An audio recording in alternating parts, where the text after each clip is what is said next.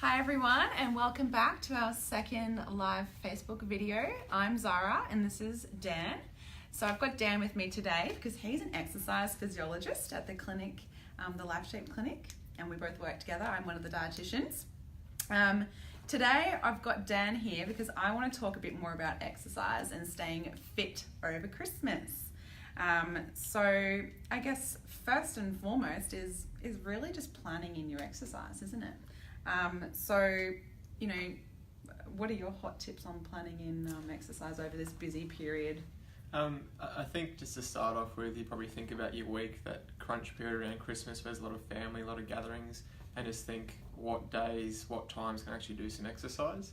Often we have the best intentions and we think, okay, I'm going to do some exercise over Christmas. I might need to have more time because I'm on holidays. And it just kind of goes by the wayside. Yeah, I've got so much time, I'll do it later. Never happens. Exactly.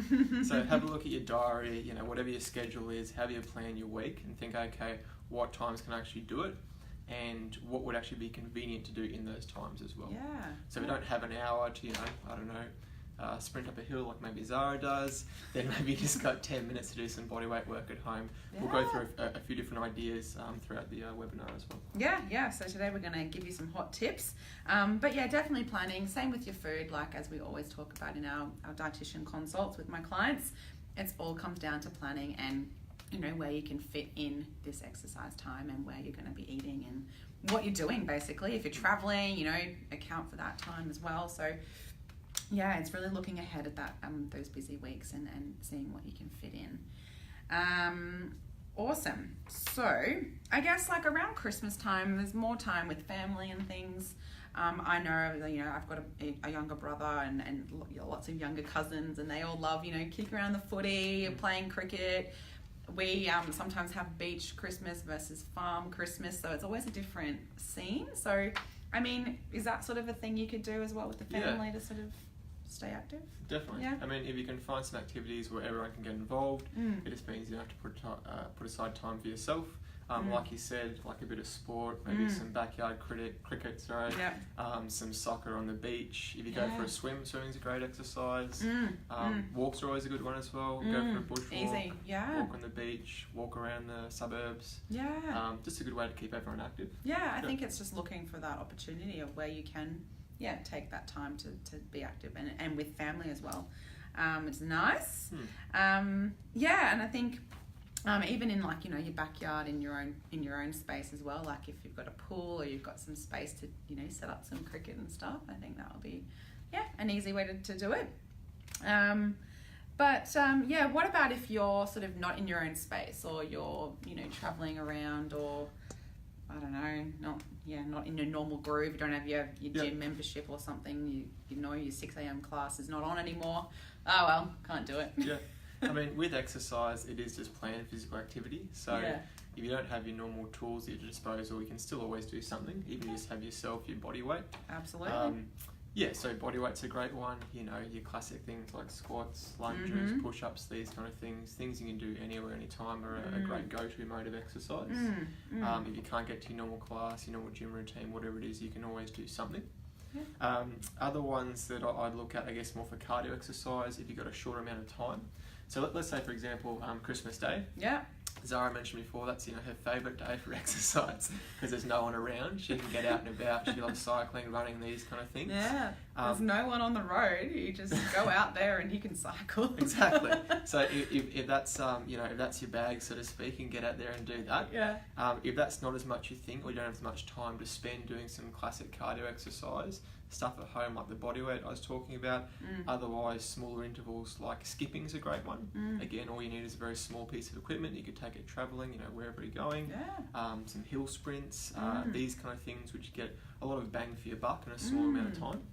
That's really true. And I mean, it's easy to find hills around here as well in Brisbane. They are. Hard to escape them sometimes. And then I've even got on my phone, like I admit I don't use it as much, but like that Nike training app is awesome. They've got like built-in workouts, like, and it could be 5 to like an hour. Like they've got all these, I don't know, like set up pre-done things, and you can target, I want to do strength, or I want to do core, or I want to do body weight. Yeah. So I just thought that was really cool. I open that up when I feel a little bit motivated. Yeah, that's great. Like you said, there's so much flexibility there. Yeah. You've got, you know, a range of different durations, different styles of exercise, whatever you're trying to increase in terms of performance. They're a great option. Other things like a 7-minute workout app. Yep. There's a lot of free ones on you know, your iTunes, your Android.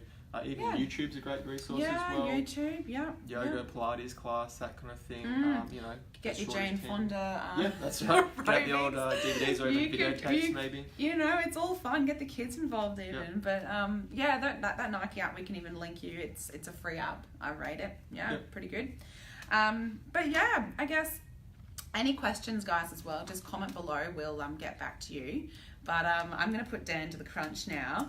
I want to know what burns the most calories. Sure. What exercise, rather, burns the most calories? I mean, it's a common question. Most of us who want to, you know, be as efficient as possible with our time, which is fine. Yeah. We always want that kind of silver bullet, which will just kind of, you know, cure all. So people often ask about, okay, which exercise mode burns the most calories? Yeah, look, I've got a list of 10 here. I'll quickly go through maybe some of the benefits, pros and cons of each. Yeah. Sprinting intervals is a great one. Okay. So if you're a runner or a jogger, you know, within your run or your jog, you could do some sprint intervals. You might time it like 1 or 2 minutes. It might be lamppost to lamppost, whatever it is. You burn a lot of calories when you get that bit of extra power and a bit of extra speed as well. Yeah. And the nature of it compared to something else like hill training, which we'll talk about in a second, is you can do a larger volume of that exercise because there's not as much fatigue on the muscles because you're on flat ground as well. Surface, ideally. So you get a larger duration, a larger volume of exercise at that high intensity. Okay, yeah. And I'm a big fan of actually the light post to light post, or I don't know, you pick like a fence or something and you just keep, you know, easy jog and then hard out and then easy jog, and it only has to be like 50, 100 meters. That's even if you wanted to, or you could go a full minute like you said, but you know. It can be a good motivator too, as opposed to looking at a clock thinking, okay, I've got to do this amount of time. You've got something there, you can see the target and just trying to get to that. And you don't even need to watch then, you just but no, okay. And what's number 2 on your top 10? It's a good question. It's Tabata training. Yeah, see, I have no idea what that is. Is that a food or? Yeah, it's a dip actually. No. Tabata training is a kind of high intensity interval. It's pretty classic, to be honest. There's a lot of different styles you could do of this training. Okay. But essentially Tabata is your 20 seconds on, very high intensity. Right. 10 seconds off, and you're on 8 rounds. Right. In terms of what you're doing within those 20 seconds, it could be, again, classic things like your squats, I don't know, burpees, push-ups, these kind of things. Could be just stuff with the body weight. Yeah. Right, okay. You could have some equipment in there as well, but it's meant to be all out for that 20 seconds. All out. 10-second rest. I think I've heard of people doing that like on stationary bikes as well, just absolutely going hardcore. 20 seconds is actually a long time. Correct. If you're going all out, that's all you can do most of the time. Yeah. Wow. Okay, I can really picture you getting real workout out of that. And you know, so 20 seconds for what times 8? So that's like really 8 rounds. That's you know what the first 1 or 2 rounds might seem not too bad. Once you get towards that 8th round, and I mean you'd be done. We've done some work. You know, by done in 10 minutes or something, be over. That's it. It's a nice little short. Awesome. All right, it's a little hack for you guys. Okay, and then third one on your list. Maybe a surprising one is rock climbing. Yeah, right. I would never have guessed that. Yeah. Never. I mean, you're using your whole body weight, your whole body in terms of muscle groups, and then you're lifting your weight up a you do have to hold your body, So I guess it would depend on, you know, your body shape, like, you know, like a female versus male as well might the big differences there. But this is true. And I should just say with all the exercise modes we're talking about 30 minutes of exercise of each of these as like a base level. Okay, so 30 minutes of climbing up a wall, you're going to do a fair bit of work. Pretty decent. Right. Okay, cool. That's really interesting. I mean, if you get out and about and do some rock climbing on your holidays, there you go. And then swimming. Swimming's the next one. It's a pretty good recreational one. When we talk about it in terms of extra calories burnt, it's not like jumping in the pool and kind of having to float around. You know, you're swimming laps. And different swimming. Okay. Different styles that you use could burn more or less energy as well. Absolutely. Probably your butterfly is one of the more energy taxing exercise modes. Quite challenging the butterfly. Then your freestyle. then your breaststroke, and then backstroke's a little bit cruisier, but you still burn a decent amount of calories as well. Right. Okay, that's good to know. And I mean, swimming's such a great one for, usually everyone. If you've got an injury, you usually go swimming because less impact. So that's a good one. And obviously for us in Australia, it's nice and hot. It's a good way to cool off as well when you do exercise. Beautiful weather at the moment. Yeah, absolutely. And then next on your list, number 5, guys. So we talked about before some kind of hill workouts or hill sprints. You can't do as much duration as just your sprinting intervals on the flat, but you burn a lot of energy when you're doing it. And it doesn't mean you have to be, running out and about, sprinting up hills. You could be cycling. Okay. It doesn't have to be just on your legs. Okay. Do a few Cootha backs. Yeah, that's it. Yeah.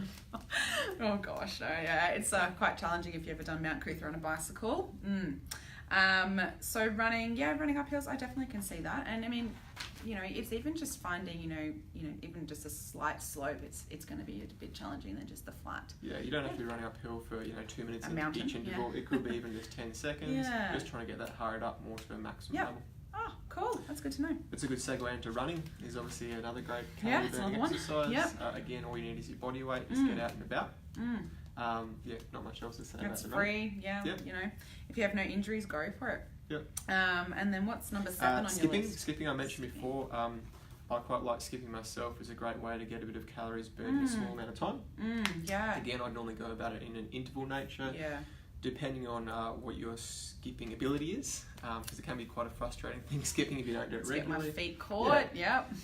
You might do a duration, or you might do a certain amount of skips. You might want to count out the number of skips. You might do 100. You might do half a minute, 2 minutes, whatever it is. Yeah, and then a small rest interval. Yeah. All right, that's easy. I mean, skipping rope from Kmart's probably like $2, so easy one. It's just probably put some music on and keep yourself motivated, I reckon. Yeah. Cool.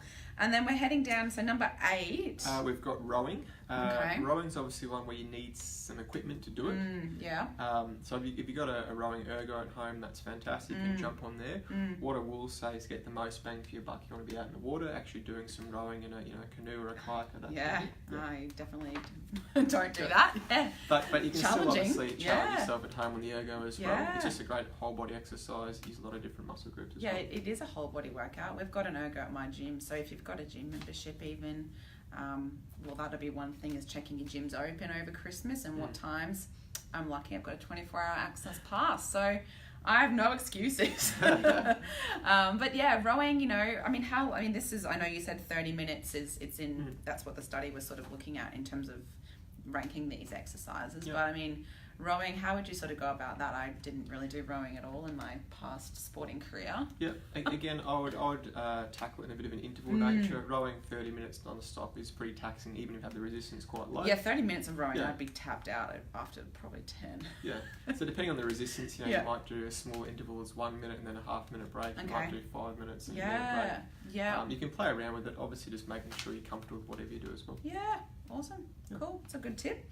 And then coming down to the bottom, number 9 now. Yeah, so we've got one which probably isn't very useful for people in Australia. As we mentioned before, it's nice and hot over summer during the Christmas period.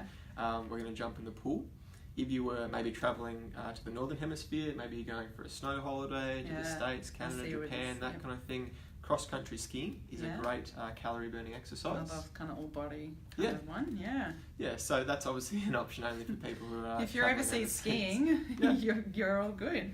But what about that machine at the gym that's like called the cross-country skiing? Yeah. So again, it's a nice whole-body exercise. You don't burn quite as much calories again. It has that kind of real... Probably not on the slopes. Yeah, I can see. But it's still a good option to use as well. Oh, cool. Yeah, that's nice.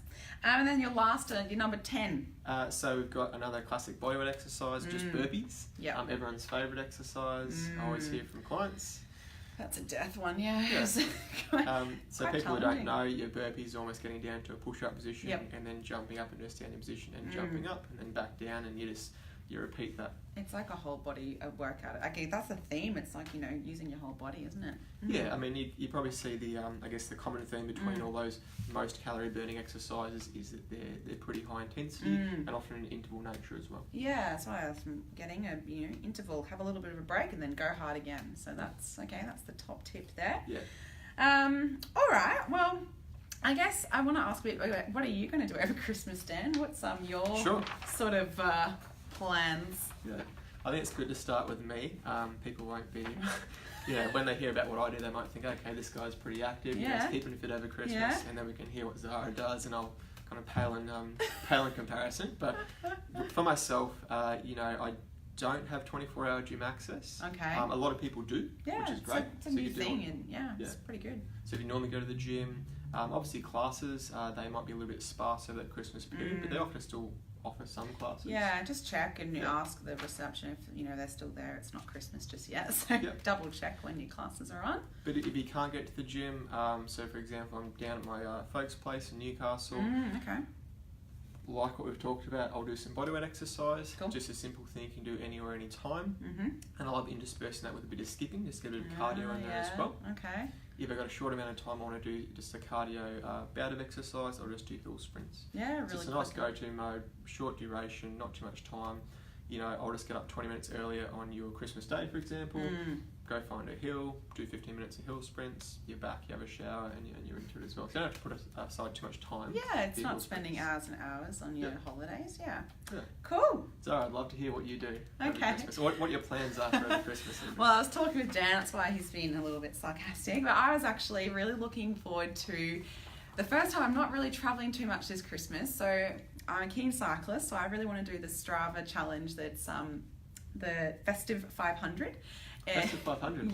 What does that entail? So it starts on Christmas Eve, so it's a challenge. So Strava's an app that tracks your cycling, by the way. So from Christmas Eve to New Year's Eve, that's like, 10 days or something. It's a decent amount of time, but you've got to cycle 500 kilometres in that time. And so, I'll be probably pulling a few long days in the bike. But the key there is actually doing it with some mates. So, I don't think I'll be that motivated to go all by myself, but trying to, get some group rides if you've got any mates that are keen cyclists to show you around. Brisbane's beautiful. The roads are a bit quieter as well, so it's going to be pretty good, I'm hoping. If I don't stick to that plan, I've got my gym membership. I will be travelling on Christmas Day, so I might not ride that day, but I will probably just go out for a quick run, like you said. We've got hills around us, so maybe even a little bit of a hill sprint to throw in there. But yeah, other than that, it's just really trying to plan it in. Like, I'm looking at my week now thinking, right, I've got plenty of time to get those rides in. It's just maybe the 1 or 2 days that I might be away from my bike and do something else. I was just going to say, how Zara's talking about it, you can obviously hear she's already thought about it. She knows roughly where she'll be on each day, what she's doing, and what she's going to do around those social situations as well. Yeah. And I mean, there's Christmas parties and things, but you just got to work around them. So I think, that's sort of what I'll be doing. Nothing really crazy different to what I do at the moment, except for the 500 kilometres bike riding. But it's just keeping it normal and using these hot tips that we had for when you're sort of stuck out of your routine. It's just making it happen. So I don't think I have too much else to say. We'll probably just give a quick summary in terms of what we've talked about. Just before we do a quick preface, we've talked about some different exercise modes where you burn a lot of energy. End of the day is, though, find something which you're going to enjoy yourself and you're comfortable doing as well. That's very important. Absolutely. And the other one is, which I'm sure dietitians will often say to people, is, that classic slogan, you can't add exercise a bad diet. Yeah, that's very true. Doing exercise is a great way to try and nullify a bit of extra calorie intake over Christmas time. But we're still got to be cautious about what we do during those eating periods as well, particularly when we're around family and friends. Absolutely. And I think any movement's going to be better than none. So do what you can, but don't use it as a bit of I've exercised today, I can eat whatever I want. Maybe a bit of a free pass on Christmas Day, but every other day keep it nice and normal. But summarising up and to finish up, So we just talked about some family activities, things you could do as a family or with friends. Not having to put aside time for yourself to exercise is always great. Sports, walks, swimming at the beach, these kind of things. Try and look for those activities. If you don't have your normal exercise routine available, classes, gym, that kind of thing, look to do whatever you can. Things with your body weight, skipping rope, sprinting hills, whatever you can fit in a short amount of time is always very beneficial as well. And we obviously talked about those different modes of exercise where you can burn a few more calories. Tabata. Yeah, It's, Tabatas. not ciabatta bread, it's actually Tabata. So, Yep. So that was the 20-second all out, and then 10-second rest. 10-second rest. 8 reps. Yeah, Yep. it's a bit of a challenge. I might give it a go. But yeah, I think thanks so much, Dan, for having a chat and all those hot tips. I think I learned something new. Any questions or comments, just pop them below and we'll get back to you. And yeah, thanks for tuning in. Thanks, guys. Thanks, guys.